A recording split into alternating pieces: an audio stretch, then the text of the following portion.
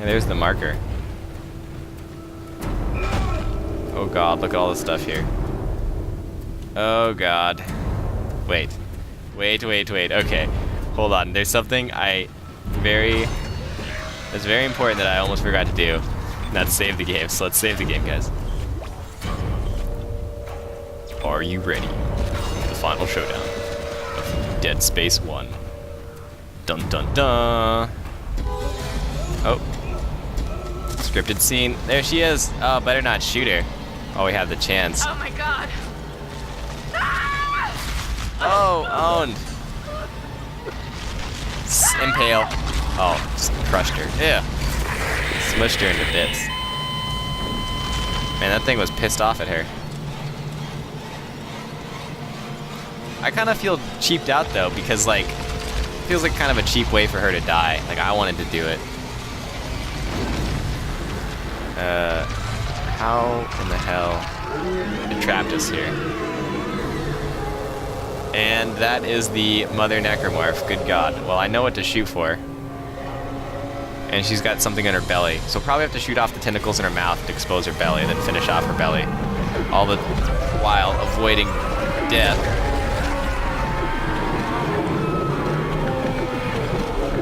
Other things.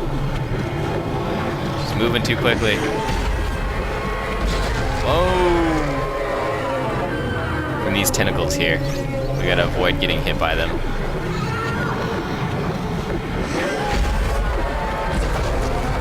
It looks like they're hitting me dead on. I don't know how I'm avoiding it.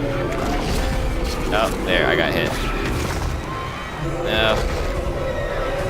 Let me go. How do I... Am I just dead? What the crap? Oh god, it's so hard to aim.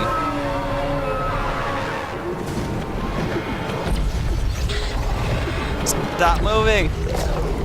Oh god. I think I'm dead. I cannot, this is like impossible to aim. I got one. Dude, I'm so close! Ah! Oh. I don't want to be necromorph food. You'd think that it could swallow me a little faster too, as well, but... Ah, screw your little testicle thing, chesticles. I got you good.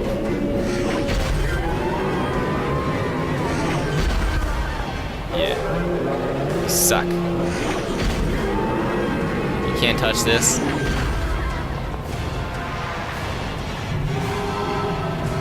What now? Oh, got more chesticles.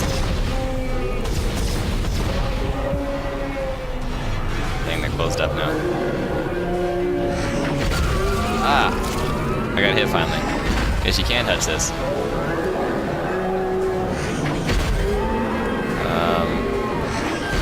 I don't know, the plasma cutter is the fastest shooting gun I have, but maybe I can like take out multiple with this. Well, only one at a time it appears. Just gotta avoid the tentacles by going back and forth.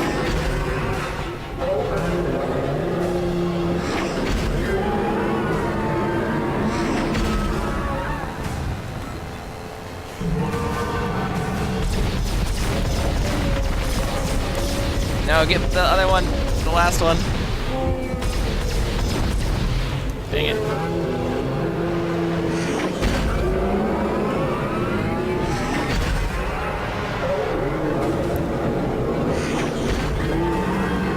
Alright, I still have a full clip.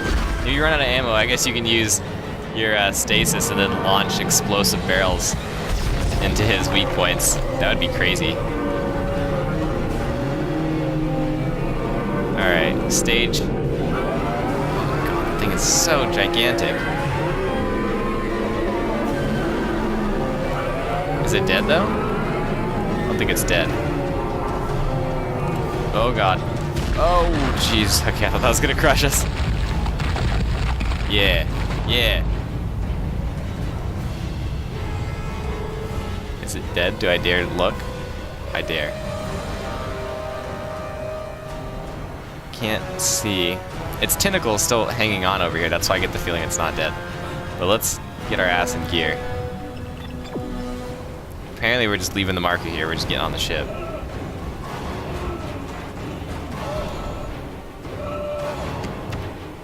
Locked. I'm sure that'll work. Wait, what? That did work. What the? Ah, that's how you open locked doors in this entire game. You just bang on them and then they open.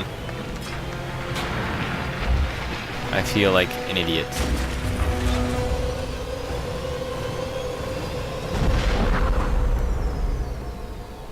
Holy cow. We're in space already.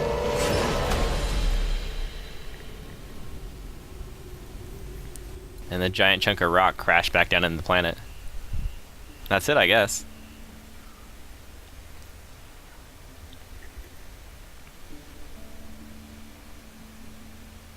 Isaac's like, what a day at work. All in a day's job. Man,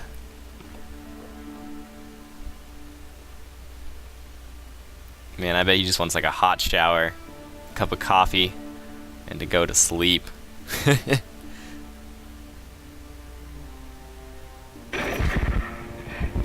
Hey, she's alive. It's me. Oh, no, he's just watching the video.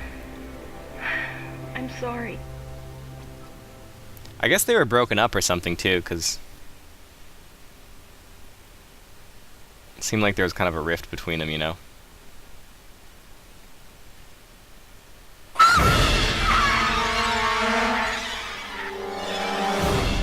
Well, I like to say that scared me at the end, but actually that did not. Like, as soon as it zoomed in on his face, it was kind of like, okay, there's either something behind him or there's something that's about to jump out. And there was something on the side of him. So it's kind of ironic because what usually scared me in the game were not like the really scripted scares. It was like stuff just coincidentally like coming at me from the side or something that I wouldn't hear hitting, you know, from behind. So I guess I'm kind of weird like that. That's the stuff that usually gets me. Well, now that the credits are finally rolling and it appears the game is over, I suppose I should end with what I thought about the game as a whole and just tell you guys a little bit about what I thought.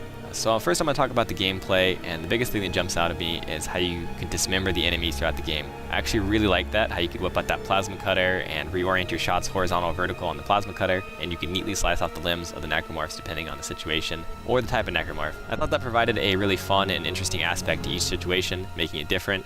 But at the same time, it did get a little bit repetitive towards the end of the game, but that wasn't too big of a deal, just kind of a little bit of a pet peeve, I suppose. It did remind me a little bit of Resident Evil 4, or inspired by Resident Evil 4 at least, and now the more that I think about it, this game kind of feels like Resident Evil 4 in space. And I hope that's not too far of a stretch to make, because the stories aren't anything similar, of course, but the gameplay I felt like was very similar, or at least inspired by Resident Evil 4, and it probably is safe to say it was because of the success of Resident Evil 4. In Resident Evil 5 or 6, I believe they made it so that you could also move and shoot, which is, you know, pretty similar to this game, if you think about it. In the same vein, both those games are action horror or horror action games, and if we're going to talk about the horror in this game, it was pretty scary. It scared me, it made me jump at least 10 or more times. I'm not going to say that's the scariest game I've ever played, or it's the scariest game I've ever played. That probably belongs to the first Fear. That game made me jump a lot. I actually don't know if it's the best horror game I've played, but it did make me jump the most out of any game I've ever played.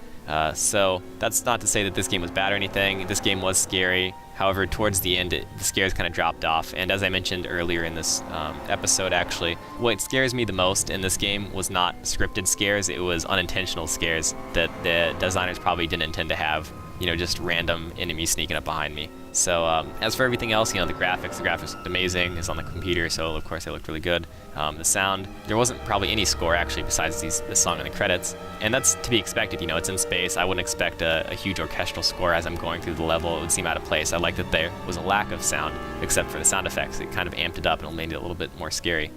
The biggest thing I can probably talk about is the story, because that's the most important part of the game, of course, and that's going to be what's the most engaging, and what you're probably going to think about as you continue to play through the series if you do decide to do that. I have to say that I really enjoyed it. You know, it was very similar to other games that I played before. or other movies that I've seen, like Doom 3, Resident Evil, Aliens, Alien, Event Horizon, things like that. Like I said, that's not a bad thing necessarily. It just means it pays homage to those and does take references to those. So it wasn't original, but that being said, I like all the things I listed there a lot, so it was definitely fun and interesting for me to play through.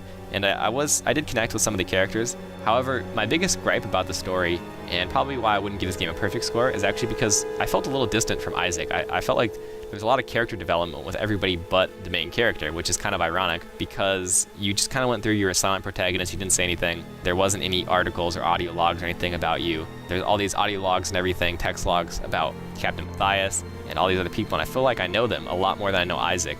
The only real developments that I figured out about Isaac were towards the end with his girlfriend, or his dead girlfriend, I guess. Or maybe she's alive, I don't really know anymore with the ending. But I feel like that was pretty much the only information I got about Isaac throughout the entire game. That's the only thing I would say. I wish there was a little bit more character development with Isaac. And, you know, in the future games, there might be more in Dead Space 2 and Dead Space 3 that might tell a little bit more of his backstory, so that would be nice. As for a score, I'd probably give like an 8 or an 8.5 out of 10. And like I said, I wouldn't say this is a perfect game. It's not, you know, one of the best games of all time or anything like that. I wouldn't put that up there, but it still was a really good game, and I would definitely recommend playing it if you're into action horror games. So I think that's pretty much it to say. Whether you guys watched since the first episode, just picked up somewhere along the way, or just watching this episode, I want to thank you guys for watching, of course. I really appreciate your comments and your feedback. It's really helpful and really makes playing through these games a lot more fun for me. So thank you guys for watching, and I'll see you in the next Let's Play.